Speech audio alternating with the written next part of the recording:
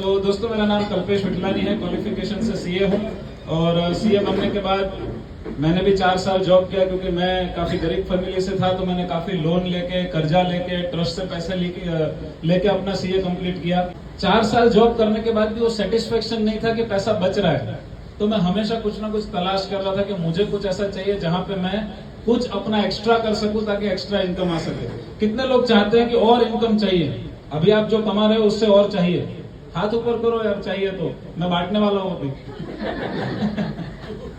तो फटाफट हाथ ऊपर करेंगे। इनर्जिक का जब मौका आया दोस्तों, तो मैंने स्टडी करना शुरू किया, क्योंकि हर इंसान, आप सभी लोग भी स्टडी करोगे, राइट?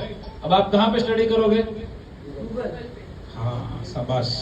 और फेसबुक और लोगों से पूछो। हाँ, देखो 3-4 तरीके हैं स्टडी करने के लिए। सबसे पहला आदमी गूगल को पूछता है, क्योंकि गूगल जो माने वो सत्य होता है, क्योंकि गूगल थोड़ी झूठ बोलेगा।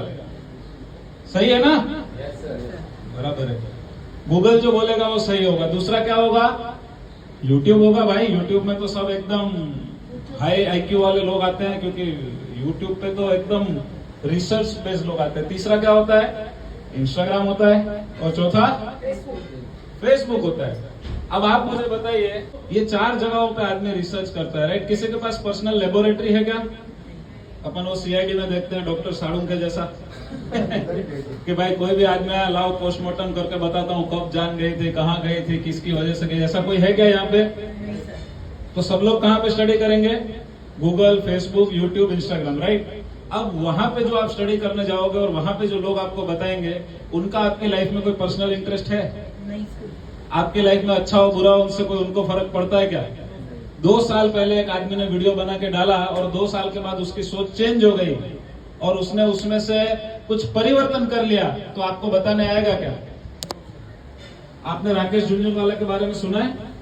उनकी एक स्पीच थी, उनकी स्पीच में उनको लोगों ने पूछा था कि सर आप जब शेयर खरीदते हो तो हमें टिप्स क्यों नहीं दे देते? हम भी आपके साथ साथ अमीर बन जाएंगे। ऐसा किसी ने पूछा था उनको, हजारों लोग बैठे थे, तो उन्होंने क्या जवाब दिया पता है? मैं आज तो आपको बोल दूंगा मैं क्या खरीद रहा हूँ, आप खरीद भी लोगे, लेकिन मैं बेचूंगा तब आपको बोलने थोड़ी आऊंगा कि मैंने बेच दिया है। पहली बात।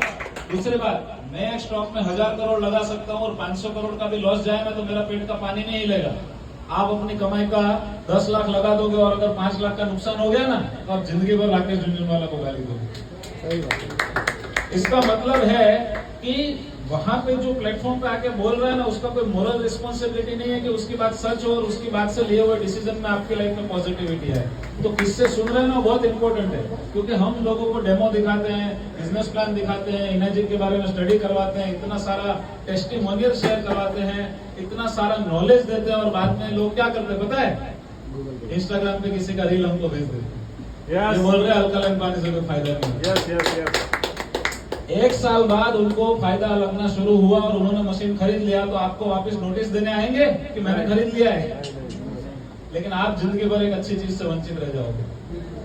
रैंडम पोस्ट पे हमारी लाइफ के डिसीजन हम कभी नहीं लेते, लेकिन हम क्या है ना, हमें कहां से निकलने का रास्ता मिलता है उसके उधर हम चले जाते हैं।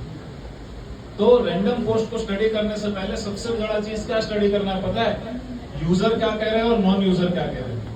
जो यूज नहीं कर रहा हो तो कुछ भी बोल देगा ना, जो यूएस गया ही नहीं, जो लंदन गया ही नहीं, जिन्होंने आईफोन खरीदा ही नहीं, जिन्होंने मर्सिडीज है ही नहीं, वो तो उसकी तारीफ करे कि बुराई करे, फर्क क्या पड़ना है। दूसरा पॉइंट आपको बताता हूँ, आपको स्टडी क्या करना है। जब आप inergic.com की वेबसाइट में जाओगे तो आपको स्टडी करना है, उसमें लिखा है व्हाट इज कैंगन वाटर। सबसे पहले अपना बेसिक को क्लियर करना है, व्हाट इज कैंगन वाटर। जब आपके दिमाग में ये चीज चली जाएगी ना, आपके मन में कभी डाउट नहीं रहेगा। Kangen water is a hydrogen-rich water with ample antioxidation. क्या बताया? Hydrogen-rich water which contains molecular hydrogen and it has antioxidant property which helps our body to maintain its pH. अब ये थोड़ा बाउंसर जाएगा क्योंकि इंग्लिश में इतना ज्यादा है, लेकिन इसमें से समझना क्या है, मैं आपको बहुत आसान लैंग्वेज में समझाता हूँ, ठीक है? कितने लोगों को पता है कि ज्यादा शक्कर खाने से बीमारियां होती है? डायबिटीज हो सकता है, दूसरी तीसरी मोटापा बढ़ता है ना, ज्यादा शक्कर खाने से, राइट? अब वो शक्कर लड्डू में डाल के खाएंगे तो, अगर वो शक्कर जलेबी में होगी तो अगर वही शक्कर चॉकलेट में डाल के खाएंगे तो सेम नुकसान उतना ही होगा कि कम होगा?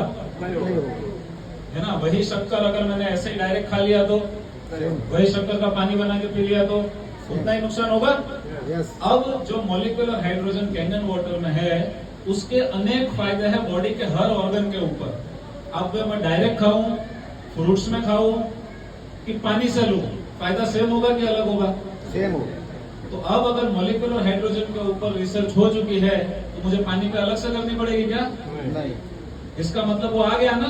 अगर शुगर बॉडी को नुकसान करती है तो कोई भी फॉर्म में हो, लड्डू का अलग से रिसर्च करने का जरूरत नहीं है, जलेबी का, मिठाइयों का, चॉकलेट का अलग से करने की जरूरत नहीं है, वो पता ही है। तो सेम चीज है, अगर तुलसी का रिसर्च हो गया, तुलसी के ऊपर, करेले के ऊपर और एलोवेरा के ऊपर कि इसके ये फायदे और मैं तीनों का जूस मिक्स करके पीऊं तो फायदा सेम होगा ना। यस सेम चीज है जब एंटीऑक्सीडेंट के ऊपर इतना सारा रिसर्च अवेलेबल है, क्योंकि एंटीऑक्सीडेंट एक ऐसी चीज है जो हमारी ह्यूमन बॉडी अपने आप बना नहीं सकती। We have to take it external.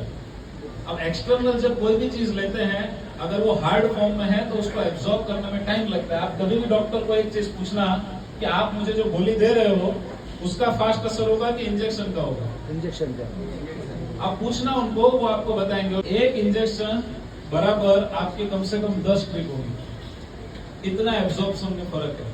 तो अगर मुझे एंटीऑक्सीडेंट लेना है और मैं 1 किलो ब्लूबेरी रोज खा भी लूंगा ना तो भी उसका एंटीऑक्सीडेंट मेरी बॉडी को उतना नहीं लगेगा जितना मेरा 1 गिलास पानी का लगेगा। जब ये सारी चीजें दिमाग में चली जाएगी ना तो कोई कुछ भी बोले हमें कोई फर्क नहीं पड़ेगा, राइट?